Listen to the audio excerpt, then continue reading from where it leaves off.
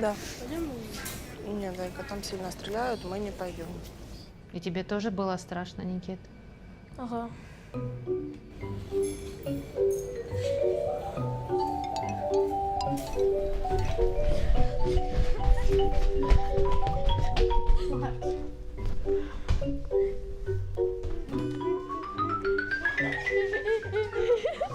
Я даже элементарно уже зарахнулась.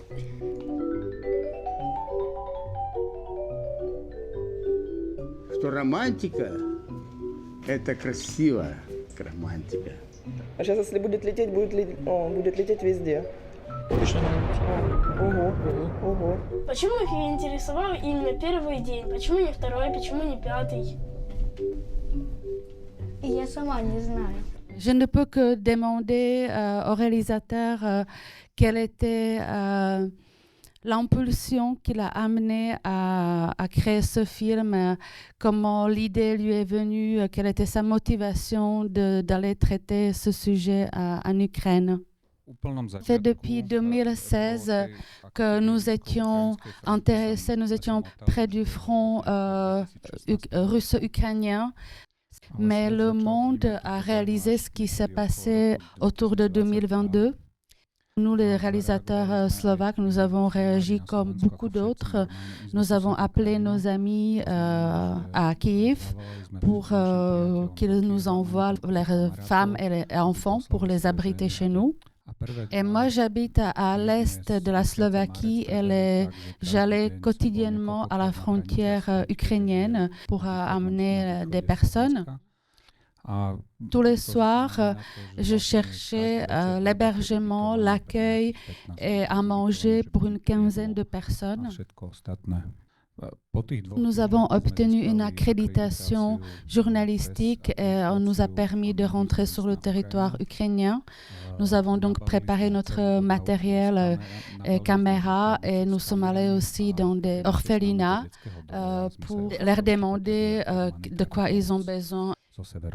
Nous avons donc voyagé à travers des villes et des villages, à Lviv, à Hostomel, pas très loin aussi de l'aéroport qui était assiégé par les Russes.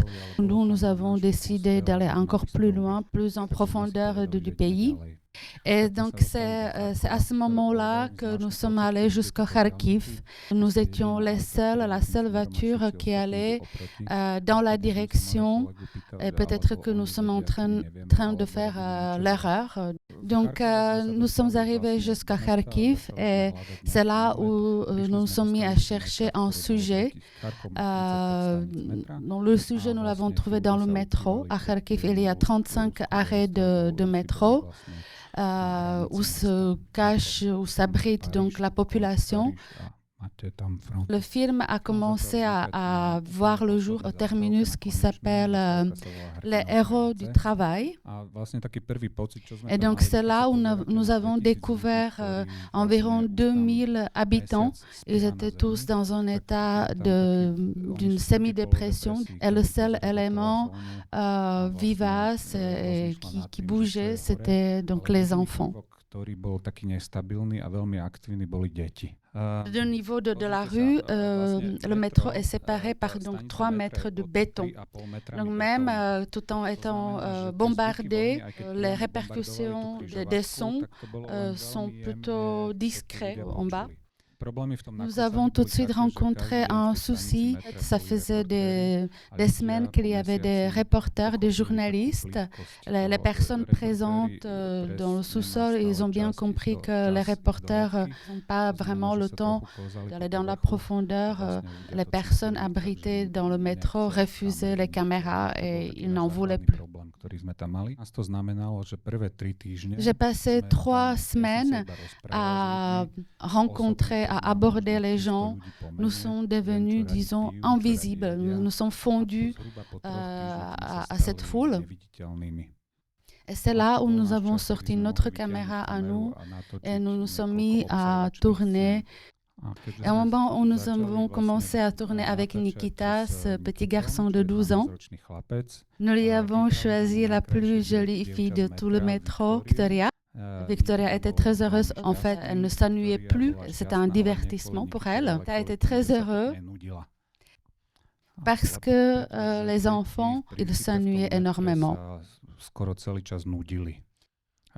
Ils avaient hâte qu'on arrive. Le petit souci, c'est qu'ils avaient à peu près 20 minutes de concentration. Et après, ils étaient complètement déconcentrés. On a essayé d'avoir aussi des moments joyeux, un peu rigolos. Par exemple, Nikita, il a sorti par hasard une chanson française, mais nous, on ne connaissait même pas, on ne savait pas que c'était un rappeur très connu français. Et ça a amené une dynamique, les enfants commençaient à courir et ils pensaient que ça va être quelque chose qui va rire les gens. Mais apparemment, c'est une scène qui fait plutôt pleurer. Takže to je otázka na vás. Est-ce que vous avez trouvé des moments qui vous ont fait sourire dans le film Votre documentaire était très intéressant et très beau. Et moi, ma question, c'était plutôt de savoir qu'est-ce qui vous avait amené à filmer la famille de Nikita. Est-ce que c'était du hasard ou est-ce que vous avez trouvé leur histoire intéressante et qui pouvait apporter beaucoup à votre documentaire? Au bout des 3 premières semaines de notre intégration dans ce milieu, moi je dois dire que j'ai passé beaucoup de temps avec la famille de Nikita. Ils étaient assez privilégiés parce qu'ils habitaient en wagon. Il pouvait y avoir la nuit noire en dévissant des ampoules. Et donc ensemble avec la famille, nous avons même regardé les films sur les portables, etc. Et donc, il y avait aussi un problème pour les enfants qu'avec la lumière qui était là-bas 24 heures sur 24, leurs biorhythmes se sont complètement déréglés. Et par exemple, ils jouaient à 3 heures du matin sur portable. Évidemment, les enfants ne suivaient absolument pas les chaînes informant sur la situation de la guerre. Et les seules informations sur la guerre que les enfants pouvaient avoir, c'était les bribes de conversation des parents qui est mort, etc. Et nous avons voulu nous mettre un peu dans la tête des enfants et comprendre qu'est-ce que les enfants s'imaginent. Donc, je suis en contact avec les protagonistes du film quasiment chaque semaine. Je voyage parfois là-bas. À chaque fois que je suis de passage, je viens les saluer. On échange sur nos vies. Parce que moi, je suis quelqu'un pour qui le dernier clap de film ne veut pas dire la fin de nos relations.